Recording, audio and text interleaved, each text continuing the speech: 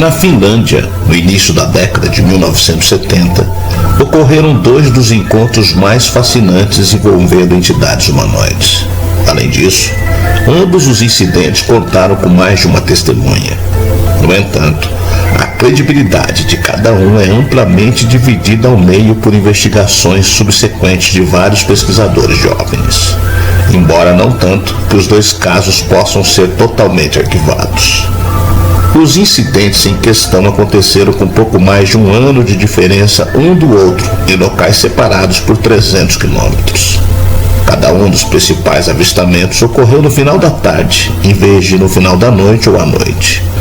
E além disso, as descrições dos humanoides aparentes de outro mundo eram notavelmente semelhantes entre si. O incidente atrairia a atenção da mídia nacional e internacional, bem como de numerosos investigadores de OVNIs ao longo dos anos. As opiniões continuam divididas. Eu sou o Sidney Góes e você está no Placebo. Vem comigo que no caminho eu te explico.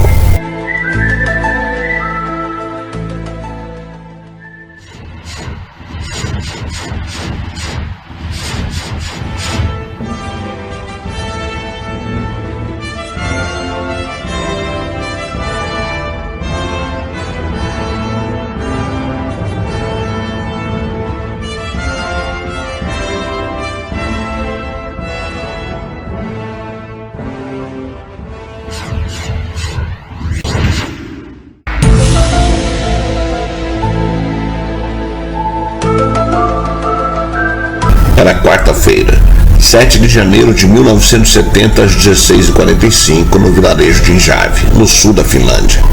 O trabalhador florestal Harno Heinonen, 36 anos, e o agricultor Esko Viljo, de 38, estavam em uma viagem de treinamento em esquis. Decidiram fazer uma pausa. De repente, viram uma luz brilhante no céu ao norte se aproximar deles, acompanhada por um estranho zumbido. Eles olharam para cima e não disseram nada. Foi quando a luz desceu bruscamente e parou cerca de 15 metros acima do solo.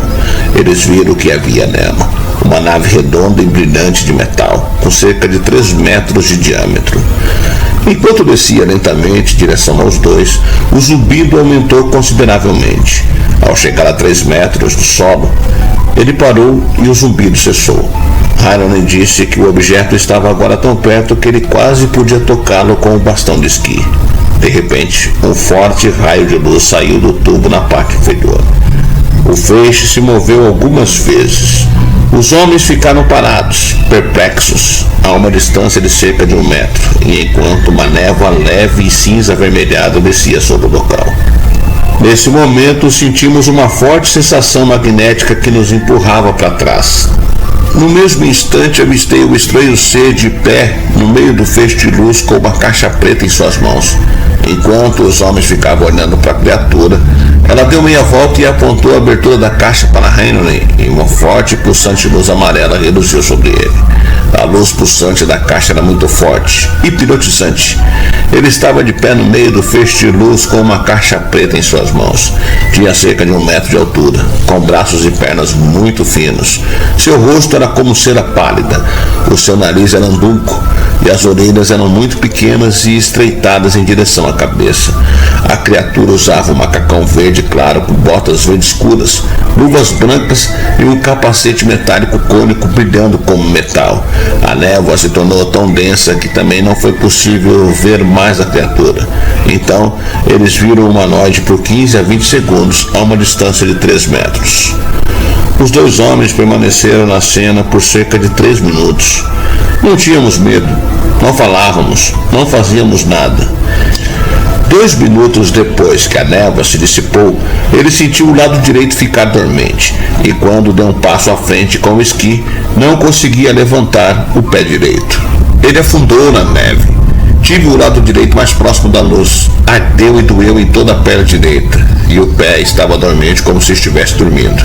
Eu não conseguia me levantar, embora tentasse de novo e de novo. Eles levaram 1 hora para fazer os 3 quilômetros de volta. Quando Heinrich chegou à cabana, ele se sentiu mal. Suas costas doíam e todas as juntas doíam. Ele estava com a dor de cabeça e depois de algumas horas passou a vomitar constantemente. O vômito continuou por cerca de 1 mês e meio. Quando Heinrich urinou um momento depois, a urina estava preta como café. Isso continuou por algumas semanas. Ele também tinha dificuldade para respirar. Os sintomas continuaram e Henry não conseguiu realizar nenhum trabalho. Já Wilde sofreu um inchaço facial, dores de cabeça e problemas oculares. O Dr. Pauli Kayahoha, que cuidou dos dois, disse: os sintomas descritos são semelhantes aos que ocorrem em exposição à radioatividade. Ele ainda acrescentou: os 2 homens dizem a verdade, não é uma invenção. Quando eles chegaram até a mim, eles estavam em estado de choque. Algo deve ter os assustado muito. Mas para Heinrich, aquela experiência não tinha terminado. Entre 1970 e 1972, ele alega ter experimentado mais 20 outros contatos com UFOs.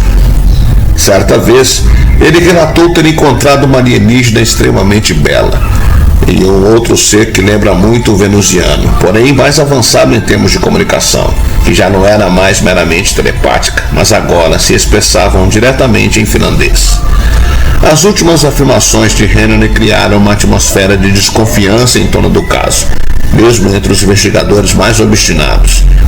Entre aqueles que conheciam as testemunhas, um fazendeiro vizinho, Matt Rapaniene, disse: muitas pessoas do bairro riram dessa história, mas eu acho que ela não deve ser desprezada. Eu conheço Arno e Esco desde que eram crianças.